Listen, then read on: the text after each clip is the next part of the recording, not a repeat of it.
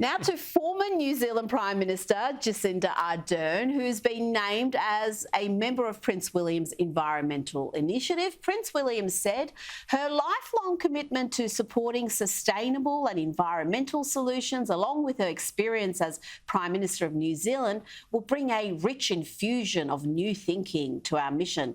Oh dear, he might want to take a look at the mess she's left in New Zealand before singing her praises too loudly. Douglas, can you help William out here? Because I'm just wondering what contribution Jacinda Ardern is going to make to this initiative. Well, I mean, personally, I would never recruit somebody to a board or as an advisor who just recently said that they had no more fuel in the tank. I'm not sure that that's the wisest thing to do. Maybe she's sort of gradually refilling the tank. Who knows? I'm not Ardern's biggest fan. It's possibly an intelligent appointment, however, by Prince William. Ardern has, as you know, Rita, been slightly in the sort of Team Sussex at points in the past. Perhaps this is a reminder of the fact that even in the court of 21st century politics, it's not a bad idea to stick with the firm, with the crown, rather than the,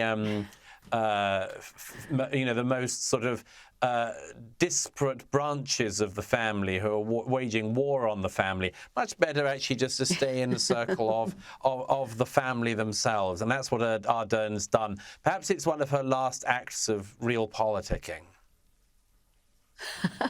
Well, yeah, she perhaps started this when she distanced herself from the Sussexes and that Netflix documentary where they try and sort of roped in a bunch of prominent names, and she made an effort to distance herself there. So this could be a reward from Prince William for that. Did you make your way through?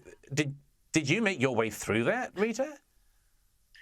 I was forced to watch that entire documentary by this station against my wishes, because I was forced to comment on it in some sort of goggle box video that's on YouTube at the moment, which has amused people enormously. But I can tell you it was very painful for me because it was the most banal.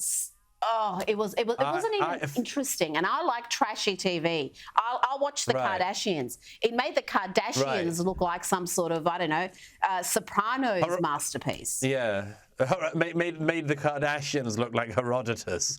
The interesting thing about it is that you couldn't, even if I was there in Australia with you, Rita, and my bosses made me do it. I think they'd have to get me in a chair like that guy in Clockwork Orange and pin my eyes open to make me get the whole way through the Sussexes Netflix series.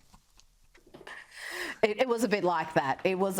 There were objections, I can tell you, loudly and often.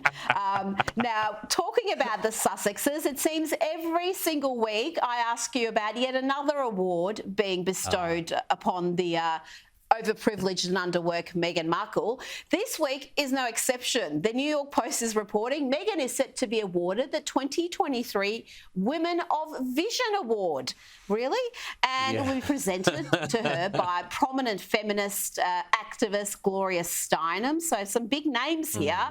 The award is from the Ms. Foundation, a Brooklyn-based organisation that, and I quote, works to bring attention to the real challenges facing women, especially women of colour and low-income women who are living in poverty. So, of course, Meghan is an obvious choice, Douglas.